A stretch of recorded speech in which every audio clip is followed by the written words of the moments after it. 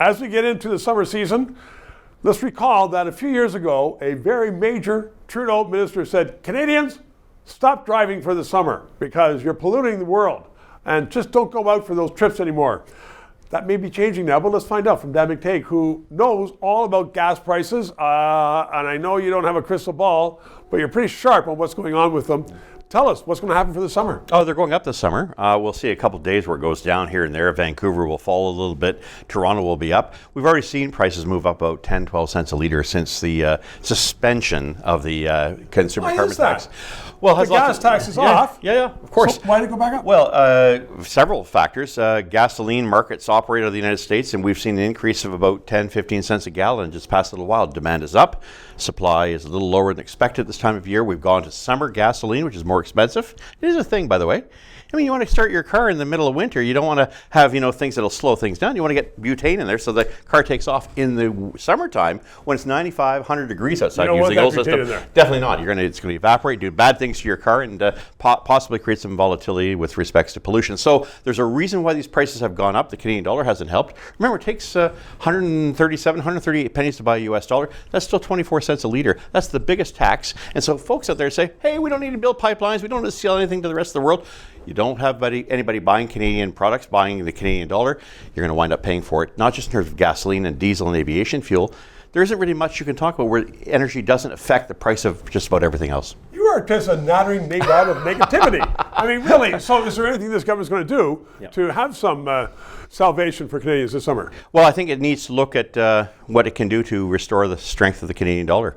And that's to say yes to exports. And our number one export isn't electric vehicles, Mr. Ford. It actually happens to be oil and gas and other mineral products, forestry products, agricultural products.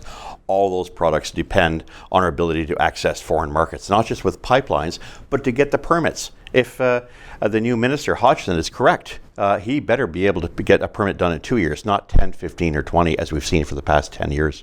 So are you optimistic this government is going to be doing that from what you've seen so far, that they are seeing the writing on the wall and they aren't like in the dark ages with Trudeau, and they're saying, this is a new Liberal party, a new Liberal government, and we hear you?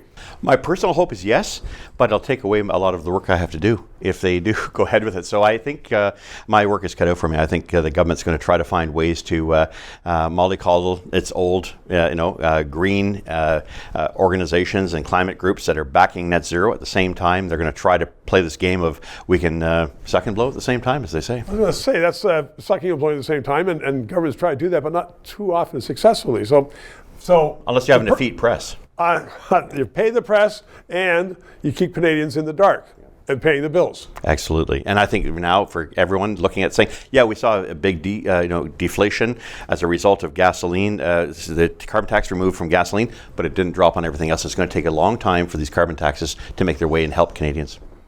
So there's hope, though. Tell me there's hope. Thanks a lot. Let me take 3 minutes. He said there's hope. To those of you who have subscribed and donated, a heartfelt thank you. You're keeping us on the air.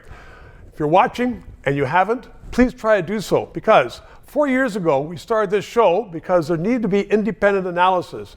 Now more than ever, with the Online Harms Act, once that gets into law, it's been passed once by the House, there are going to be hundreds of bureaucrats censoring the news in Canada, censoring this show. We need to keep it on the air. Thanks for your support.